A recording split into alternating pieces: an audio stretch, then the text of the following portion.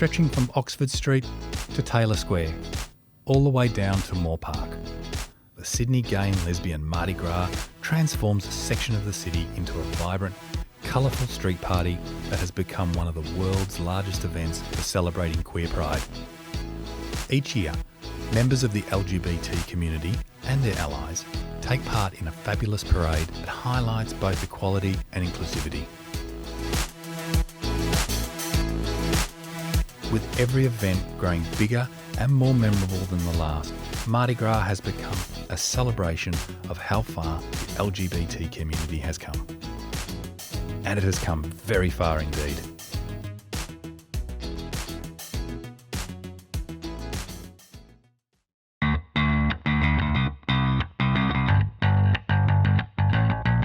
What has now become an annual tradition started on June 24, 1978, in the city of Sydney, as a demonstration to remember the 9th anniversary of the Stonewall riot in New York City. Those riots occurred when police had violently raided the Stonewall Inn, a well-known gay establishment, setting off a series of protests that gave rise to a growing movement of gay rights and liberation in the United States. In Australia, a similar sentiment was developing within Sydney's queer community.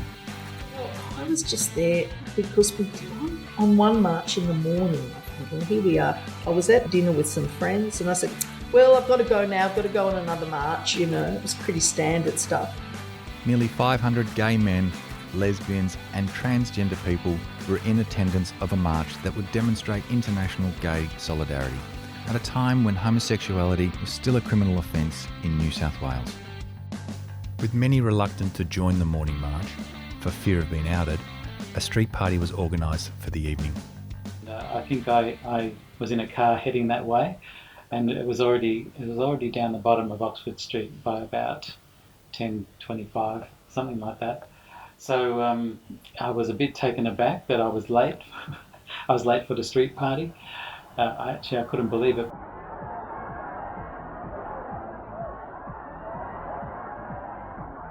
It was going to be not a march or a protest march, but a Mardi Gras. The situation was so dramatic immediately that I didn't have any time to have regrets. People were calling out to go to King's Cross. The riot was massive and people don't really understand this. There were some 2,000 people at least involved. The numbers of police were maybe in their dozens. But when we got to King's Cross, there was a huge number of people, of course, at that time of night in King's Cross on a Saturday night, and they thought it was just splendid that we turned up. So it was like a street party again, and I recall tinsel or something like that falling from the sky, and that was a very happy moment for about another 10 minutes.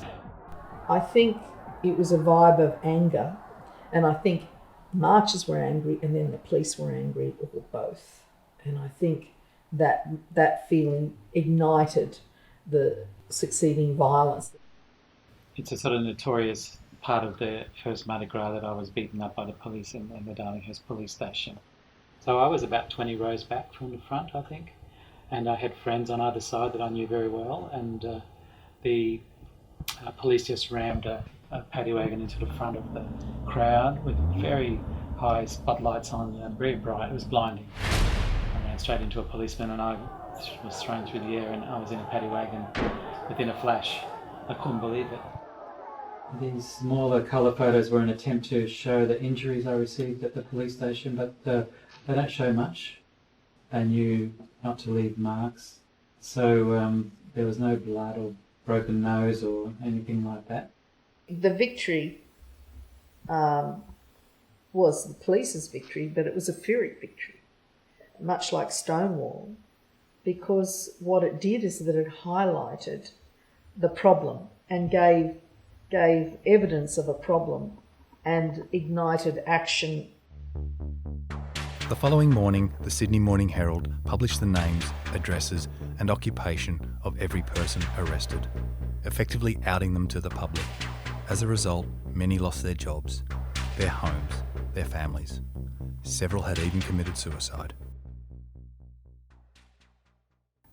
2 months later, an anti-gay assembly gathered in Hyde Park in Paddington with over 400 people in attendance. But they weren't the only ones to show up. I can recall my own attitude being, no, don't do it, So I stayed away, and I heard on the radio news at 9 in the morning, I think, that 1,000 police had assembled at Taylor Square and they arrested about 100 people. All right, here we go. Sing up, everybody. They're taking them away. That's the best place.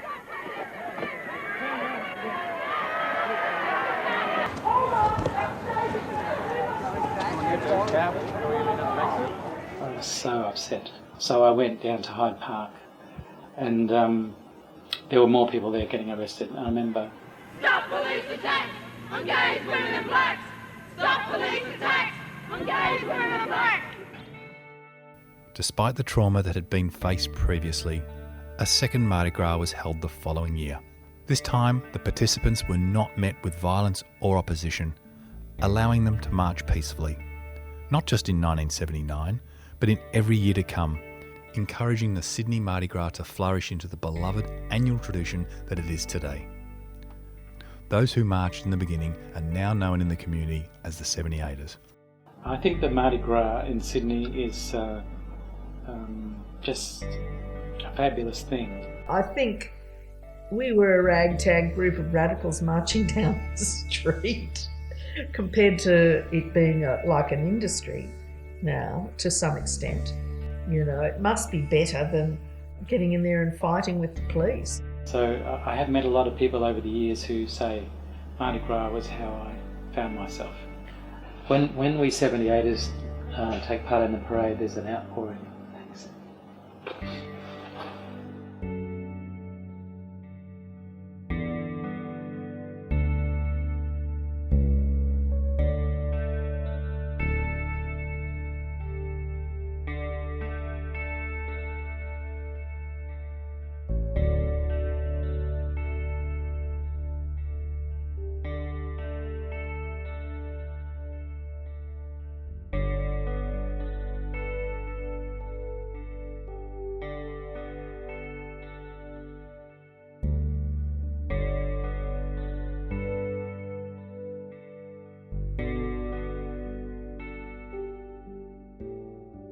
It was a really brilliant day.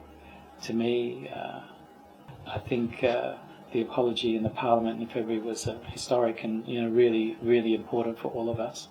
So after that, we said, well, what about the police? Every attempt at arranging a police apology was rejected by then Commissioner Andrew Scipione. His successor, Mick Fuller, would prove to be much more open. So it's taken 2 more years to reach the point we did, but on the 9th of August this year we had a really good event at the police centre with the new Commissioner Mick Fuller. I have got a written speech, and the reason it's written is because you get one chance to try and heal the wounds of 40 years, and it's tough. And I will start with, as the Commissioner of Police, I'm personally sorry. It's hard to describe the feeling, a sort of sense of real calm and satisfaction. The New South Wales Police Force has worked extremely hard to mend this relationship over the last few decades. We feel like the air is clear for a far more positive interaction between ourselves and broadly between the LGBTI community and these important institutions. I don't know. As a 78er, to watch it grow and evolve, as Penny Gulliver, to watch it grow and evolve, I think all things are good, and I would like everyone to feel happy and comfortable in their sexuality and choices. It's strange, isn't it, that you would think that someone would now embrace a new police force that is more understanding of sexual minorities than when I was young. It's just the residue of that oppression that doesn't leave us, and the traumas live on. And it makes this apology today all the more meaningful.